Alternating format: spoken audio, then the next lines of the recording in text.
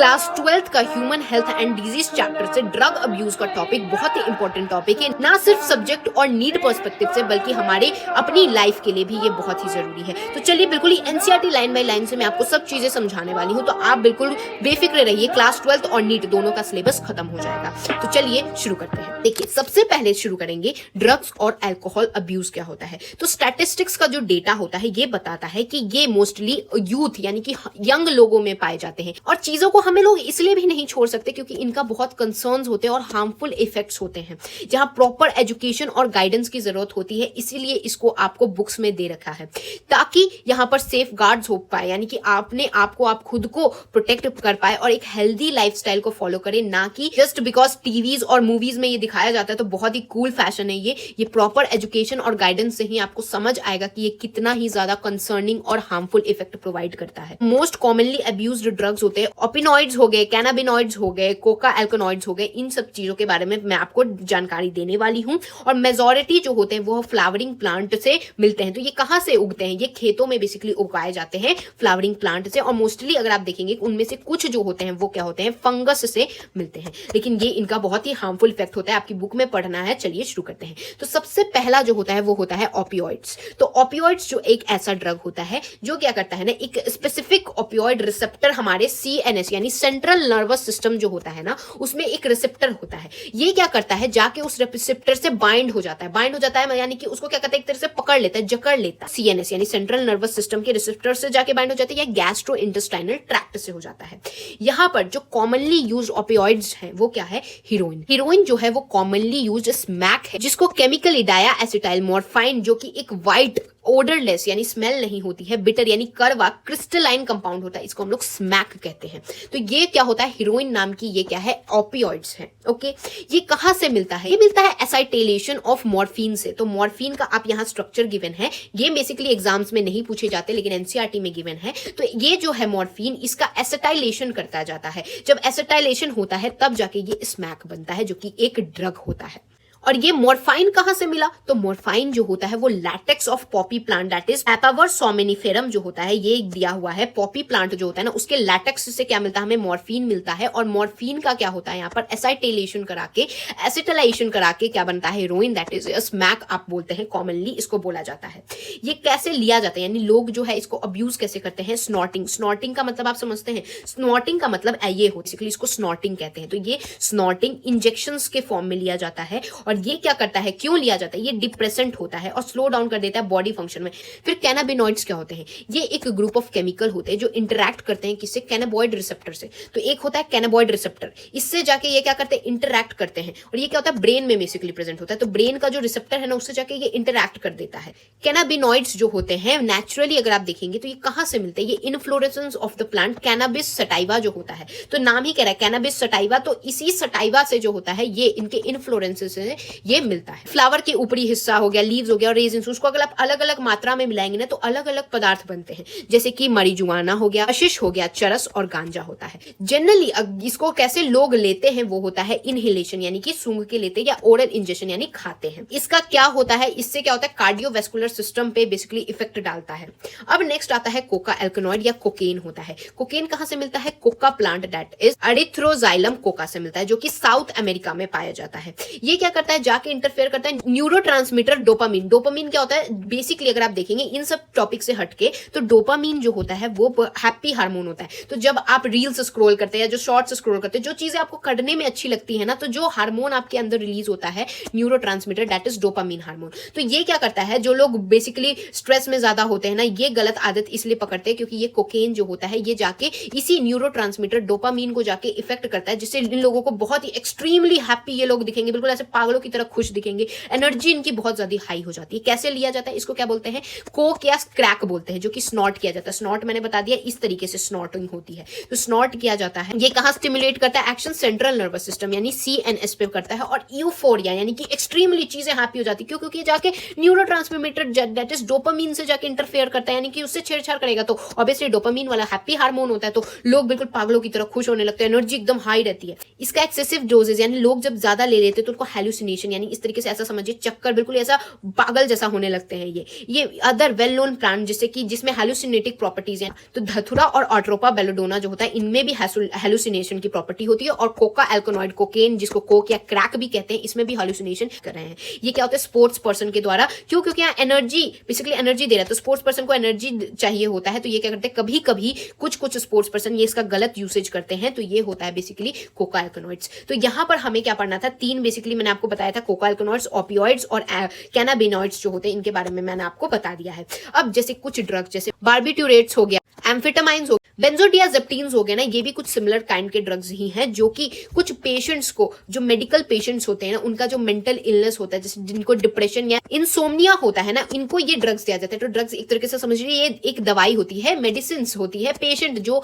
Depression या insomnia में होते हैं उनको ये वाली दवाइयां दी जाती है। मॉर्फिन जो होती है बेसिकली पेन किलर होती है, जो सर्जरी के लिए पेशेंट जाते हैं उनको ये मॉर्फिन दिया जाता है, ठीक है। कुछ प्लांट्स जैसे कि फ्रूट और सीड्स होते हैं, उनके पास क्या होता है हॉल्यूसिनेटिक प्रॉपर्टीज, यानी जो चक्कर वाली प्रॉपर्टीज होती है। इनको 100 सालों तक हम यूज करते हैं, किस लिए, फोल्क मेडिसिन, यानी जो रिलीजियस सेरेमनीज हो गए, रिचुअल्स हो गए ना, उनमें यूज करते हैं। इसलिए ये कहते हैं 100 सालों से फोल्क मेडिसिन, यानी कि जो जनजाति लोग होते हैं वो इसको यूज करते हैं। रिलीजियस सेरेमनीज में जैसे आपने देखा होगा शंकर जी पे धतूरा चढ़ता है, तो ये सब यूज होता है। रिचुअल्स में यूज किया जाता है, ग्लोब यानी कि सिर्फ इंडिया में ही नहीं पूरी दुनिया में यूज हो सकता है। मेडिसिनल पर्पस के लिए जब तक चीजें यूज हो रही है यहाँ तक ठीक है, क्योंकि यहाँ पर अमाउंट और फ्रीक्वेंसी कितना लेना है डॉक्टर इस बेसिस पे देते, कितना वो फिजिकली क्या चीजें हैं, फिजियोलॉजिकल क्या चीजें चल रही, साइकोलॉजिकल क्या फंक्शन है, इस बेसिस पे देते। लेकिन जहां पर ड्रग अब्यूज होता है वहां गलत होने लगता है। यहाँ क्या होता है, सबसे पहला शुरुआत होता है वो होता है स्मोकिंग। स्मोकिंग एक ऐसा रास्ता होता है जो रास्ता ही ड्रग अब्यूज तक ले जाता है। स्मोकिंग में क्या होता है, तंबाकू, दैट इज टोबैको प्रेजेंट होता है, और ये हमारे यानी ह्यूमन बींग्स के लिए 400 साल से ज्यादा ये चल रहा है, जो कि स्मोक किया जाता है, तंबाकू च्यू भी किया जाता है, यानी चबाया भी जाता है, या स्नफ यानी कि ऐसे सांस भी लिया जाता है उसका। तो जो टोबैको होता है उसमें large amount of chemical substance that is nicotine और एल्कलॉइड प्रेजेंट होते हैं, तो ये बहुत ही खराब चीज होती है बेसिकली। ये निकोटीन क्या होता है ना, ये जाके एड्रेनल ग्लैंड को जाके स्टिमुलेट करता है, जो एड्रेनलिन को रिलीज करता है, या नॉन एड्रेनलिन को ब्लड के अंदर रिलीज करता है, जो कि ब्लड प्रेशर को बढ़ा देता है और हार्ट रेट को बढ़ा देता है। लेकिन यहाँ पर स्मोकिंग के कारण कैंसर, कहाँ लंग्स, यूरिनरी ब्लैडर और थ्रोट में bronchitis, emphysema, coronary heart disease, gastric ulcer, ये सब बीमारी होने के बिल्कुल ही चांसेस 100% समझ जाओ चांसेस होते हैं। तंबाकू की अगर कोई च्यूइंग करता है यानी चबाता है तो उसमें ओरल कैविटी का कैंसर होगा, यानी जो मुंह का कैंसर होता है। ये स्मोकिंग से क्या होता है, कार्बन मोनोक्साइड का प्रोड्यूस होता है। जब बर्निंग होती है कोई चीज की तो वहां कार्बन मोनोक्साइड प्रोड्यूस होता है, तो ये स्मोकिंग जाके क्या करता है, ब्लड के अंदर चली जाती है, जिससे कि यहाँ कॉन्सेंट्रेशन ऑफ हीमोबॉन्ड जो ऑक्सीजन होती है उसकी कम हो जाती है, जिससे ऑक्सीजन की कमी होने लगती है बॉडी के अंदर। मतलब कितने सारे यहाँ पर आपको देख सकते हैं क्या क्या प्रॉब्लम्स यहाँ पर सिर्फ स्मोकिंग कराता है। तो सिगरेट्स के पैकेट पे ना आप मिस नहीं किया होगा, आपने कहीं ना कहीं तो देखा ही होगा कि यहाँ पर स्टैट्यूटरी वार्निंग लिखी रहती है, जहां पर देखिए यहाँ पर भी लिखी स्मोकिंग कॉजेज लंग कैंसर, ये सब चीजें लिखी रहती है, वार्निंग लिखी रहती है, दैट इज इंजूरियस टू ये हेल्थ होता है। फिर भी ये लोग यानी कि मोस्टली यंग लोग और जो बूढ़े लोग होते हैं उसमें ज्यादा देखने को मिलता है। ये सारे डेंजर्स जानते हैं कि हाँ ये होगा, फिर भी ये इतना एडिक्टिव इन नेचर होता है, यानी एक बार इसकी लत लग जाती है तो फिर ये छूटने का नाम नहीं लेती है। और इन हैबिट्स को अवॉइड करना बहुत ही जरूरी होता है। कोई भी एडिक्शन जो होती है उसमें उसके बाद काउंसलिंग की जरूरत पड़ती है। अगर आपको छोड़ना है तो बहुत ही बुरे प्रोसेस होती है, यानी कि बिल्कुल ही आपको तड़पना वाला प्रोसेस होती है। ये आदतें डालनी ही नहीं चाहिए, इस आदतें से एक बार लग गई तो फिर छोड़ना बहुत ही मुश्किल हो जाती है। अब देखिए adolescence and drug alcohol abuse क्या होता है, ये देखिए एडोलेसेंस होता क्या है। एडोलेसेंस का मतलब होता है वो समय या वो प्रोसेस जिस प्रोसेस के दौरान एक चाइल्ड जो है वो मैच्योर होता है अपने एटीट्यूड्स और बिलीव्स में एक इफेक्टिव वे में, दैट इज 12 से 18 साल। देखिए एक तरीके से आप ऐसा समझिए एक ब्रिज है, लिंक कर रहा है बचपना और अडल्टहुड, यानी बड़ा बनने और बचपन से बड़ा बनने की जर्नी का जो एक लिंक होता है वो एडोलेसेंस होता है, 12 से 18 साल। यहाँ पर बायोलॉजिकल और बिहेवियरल जो चेंजेस होते हैं वो चेंज होते हैं, यानी बिहेवियर लोगों के बहुत चेंज हो जाते हैं बच्चों के, और ये वर्नेबल फेज होता है जहाँ मेंटल और साइकोलॉजिकल डेवलपमेंट होता है इंडिविजुअल का। इसलिए क्या होता है ना, इनको लगता है जो मैं कह रहा हूँ वही सच होता है।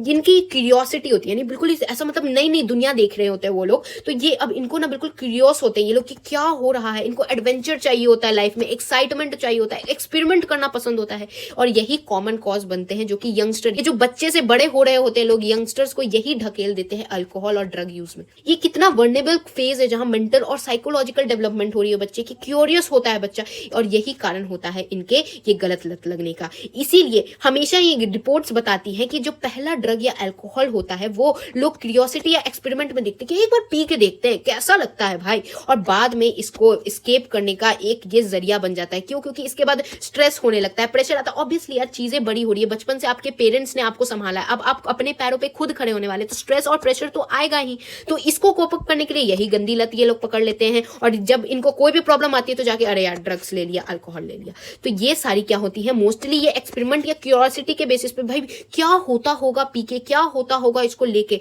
वो ही करने के चक्कर में ये लोग कर देते हैं।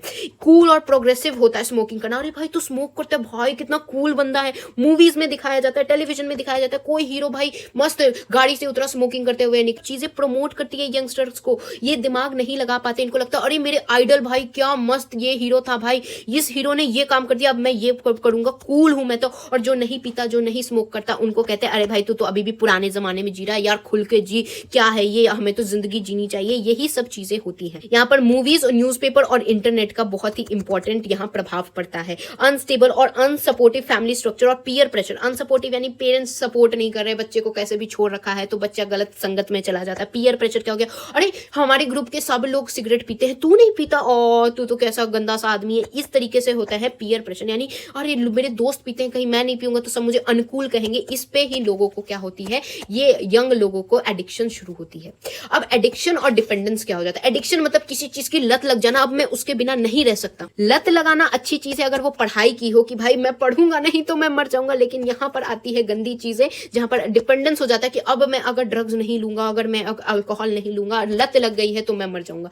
तो ये हो गया गंदी चीजों की लत लगना। एक हो गया अच्छी चीजों की, पढ़ाई की लत लगाओ भाई, ये होता है अच्छी चीजों की लत लगना। तो अब देखते हैं एडिक्शन और डिपेंडेंस क्या होता है। तो एडिक्शन क्या होता है, अल्कोहल और ड्रग ऐसी चीज होती है ना, बच्चे सोचते कि भाई एक बार पी के टेस्ट करके देखते कैसा लगता है, उसके बाद छोड़ देंगे। एक बार पी लेंगे तो वो एडिक्टिव नेचर का होता है, फिर आपको लत लग जाती है। एडिक्शन जो होता है वो एक ऐसा साइकोलॉजिकल चीज होता है, अटैचमेंट होता है। जैसे कि कुछ भी स्ट्रेस हुआ, ये लोग क्या करेंगे, ये जाके ये पी लेंगे, तो इससे क्या होगा, इफोरा बिल्कुल खुशी खुशी हो जाएंगे, लेकिन ये टेम्पोररी फीलिंग होती है, और जैसे ही ये इसका इफेक्ट खत्म होगा फिर से इनको चाहिए होगा। तो ये क्या हो रहा है, एक तरीके से आपको एडिक्टिव करा दे रहा है। अगर आप रिपीटेटिव यूज करते हैं ड्रग्स का, तो इसका टॉलरेंस लेवल बॉडी में इंक्रीज होते जाता है, जिससे क्या होता है, अगर आप हाई डोसेस लेते जाएंगे तो धीरे धीरे बॉडी भी रिस्पॉन्ड करनी कम कर देगी। यानी कि अगर कोई इंसान पहले 2 गोली लेता था तो उसका खुशी खुशी रह लेता था, धीरे धीरे बॉडी टॉलरेंट होते जा रही, तो अब आप उसको 3 गोली लेनी पड़ी, फिर 4 गोली लेनी पड़ेगी, फिर 5 गोली लेनी पड़ेगी, इस तरीके से। तो ये क्या हो रहा है, धीरे धीरे डोसेज इसको बढ़ानी पड़ रही है, जिससे बॉडी क्या हो रही है, इसकी बॉडी टॉलरेट होती जा रही है, और देयर इज नो चांस कि यहां इस साइकिल से आप निकल पाए। ये एक ऐसा विस्कस साइकिल है जहां पर आप डिपेंडेंट हो जाएंगे उस चीज पे। एडिक्शन तो हो गई, अब आप डिपेंडेंट हो गए कि अब मैं उसके बिना रह ही नहीं सकता।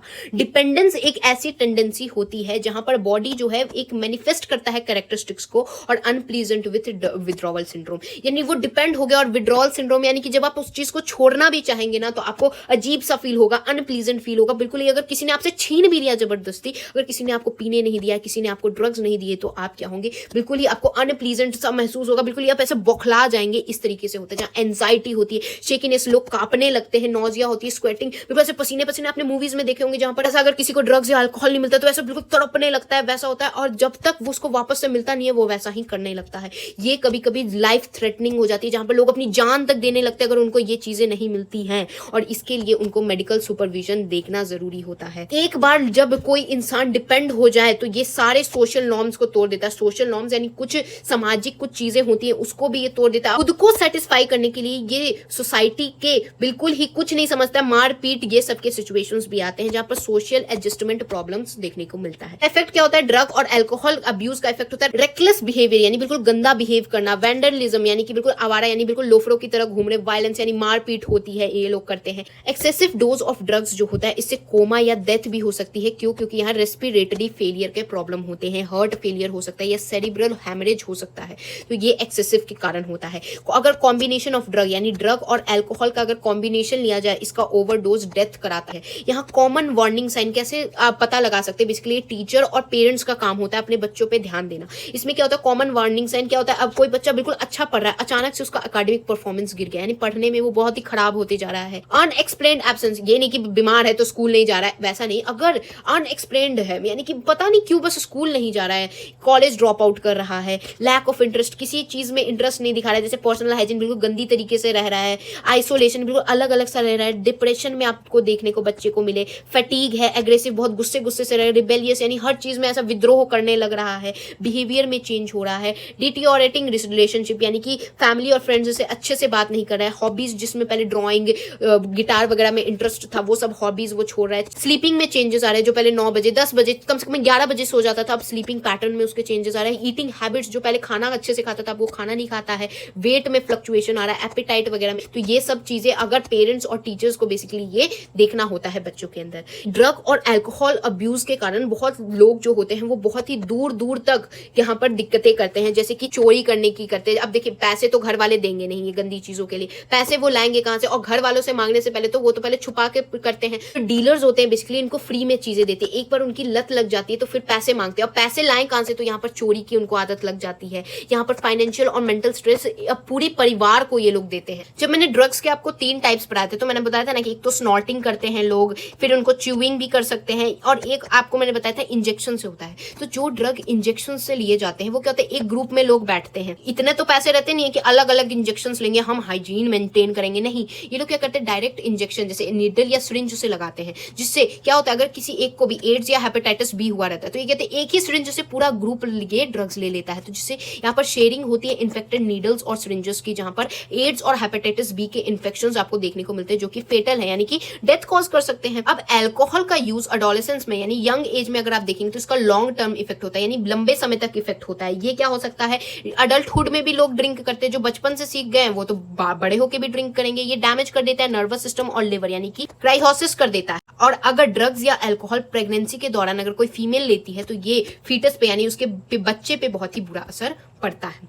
अब मिसयूज ऑफ ड्रग्स जो होता है वो कुछ स्पोर्ट्स पर्सन करते हैं, जैसे कि मैंने आपको बताया था कि एनर्जी के लिए चीजें होती हैं, तो ये क्या होता है कुछ स्पोर्ट्स पर्सन यहाँ पर लेते हैं। जैसे मिसयूज होता है किसका, नार्कोटिक एनाल्गेसिक्स, एनाबॉलिक स्टीरॉइड्स, ड्यूरेटिक्स और कुछ हार्मोन्स जो स्पोर्ट्स पर्सन में मसल स्ट्रेंथ को बढ़ाता है ना और एग्रेसिवनेस को बढ़ाता है, ये लोग क्या करते हैं मिसयूज करते हैं कोई स्पोर्ट्स पर्सन, तो वही बैन लगा दिया जाता है। कभी कभी जब मेडिकल चेकअप होता है तो उस समय पे बैन लगा दिया जाता है। कुछ साइड इफेक्ट्स होते हैं एनाबॉलिक स्टेरॉइड्स का फीमेल्स पे, जो फीमेल्स स्टेरॉइड्स लेती है उसमें क्या होता है मैस्कुलिन डेवलपमेंट, मेल जैसी आवाजें हो जाती है, उनकी मेल जैसा शक्ल दिखने लगेगा, एग्रेसिवनेस यानी गुस्सा गुस्सा वाला, मूड स्विंग, कभी खुशी हो जाएंगी कभी रोने लगेंगी, कब गम हो जाएगा, डिप्रेशन होगा, अब नॉर्मल मेंस्ट्रुअल साइकिल होता है, बाल जमने लगते हैं फेस और बॉडी पे, एनलार्ज क्लिटोरिस होता है, वॉइस की डीपनिंग यानी कि बिल्कुल भारी वॉइस होती है फीमेल्स में जो स्टेरॉइड्स यूज करती है। मेल्स में एक्ने यानी पिंपल्स होने लगते हैं, एग्रेसिवनेस यानी गुस्सा वाला, मूड स्विंग्स हो गया, डिप्रेशन हो गया, साइज ऑफ टेस्टिकल्स छोटे हो जाते हैं, डिक्रीज स्पर्म काउंट हो जाता है, किडनी और लिवर डिस्फंक्शन होती है, ब्रेस्ट बड़े होने लगते हैं, बाल्डनेस यानी टकला होने लगते हैं,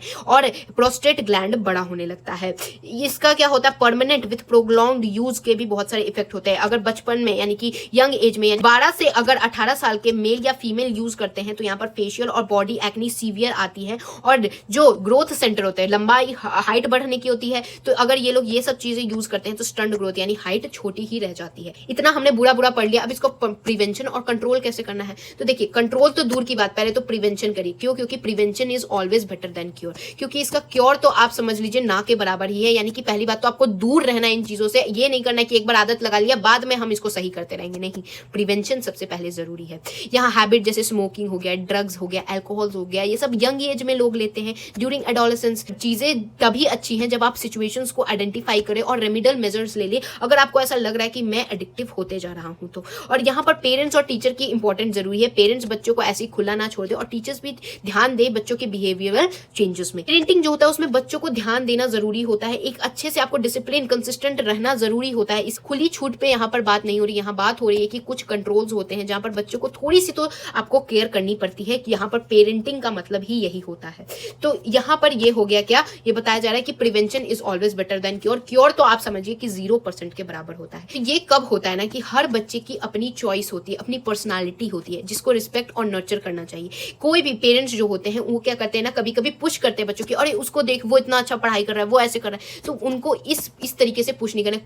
कोई सिंगिंग में अच्छा होता है, कोई डांसिंग में अच्छा होता है, कोई किसी चीज में अच्छा होता है, वो तो इसके कारण क्या होता है ना, बच्चे पे प्रेशर पड़ता है, जिससे एक गलत चीज है। लेकिन ये सब चीजें ये नहीं होती कि मेरे पेरेंट्स मुझे प्रेशर दे रहे हैं तो मैं गलत चीजों में चला जाऊंगा। ये तो बस बता रहा है कि ये मेनली कॉज होता है। एजुकेशन और काउंसलिंग जरूरी होते हैं, तो एजुकेशन तो आपको मिल ही रहा है, यहाँ पर आपकी बुक में दे रखा है चीजें, ताकि आपको ये सब चीजों की अच्छे से समझ हो। और काउंसलिंग की बात की जाए तो कोई भी प्रॉब्लम और स्ट्रेस तो जिंदगी में आती है। देखिए आप बच्चे से अब बड़े हो रहे हैं तो स्ट्रेस और प्रॉब्लम तो आएंगी। पहले जो पेरेंट्स आपकी हेल्प कर देते थे, अब आप अपने पैरों पे खड़े हो रहे हैं, तो यहाँ पर आपको अपनी हार को भी, अपने फेलियर्स को भी पार्ट ऑफ लाइफ समझना होगा। बच्चे जो होते हैं वो डिसअपॉइंट हो जाते हैं अपने फेलियर्स से, मैं हार गया, मैं ये नहीं कर पाया, मैं वो नहीं कर पाया, इससे अल्कोहल की लत लगा लेते। ये सब चीजें पार्ट ऑफ लाइफ होती है। अपने आप को एंगेज करिए एक्स्ट्रा करिकुलर एक्टिविटी जैसे स्पोर्ट्स, रीडिंग, म्यूजिक वगैरह में खुद को एंगेज करके रखिए। ये सब चीजों पे आपको नहीं ध्यान देना है। Seeking help of parents and peers, peers मतलब फ्रेंड, तो पेरेंट्स जो होते हैं उनकी हेल्प लीजिए। भाई पेरेंट्स कोई आपके दुश्मन नहीं है, पेरेंट्स आपका सपोर्ट करना चाहते हैं। आप ऐसा सोचते होंगे पेरेंट्स तो मेरा सपोर्ट ही नहीं करते, मैं उनका बात करके उनसे क्या ही कर लूंगा। No guys,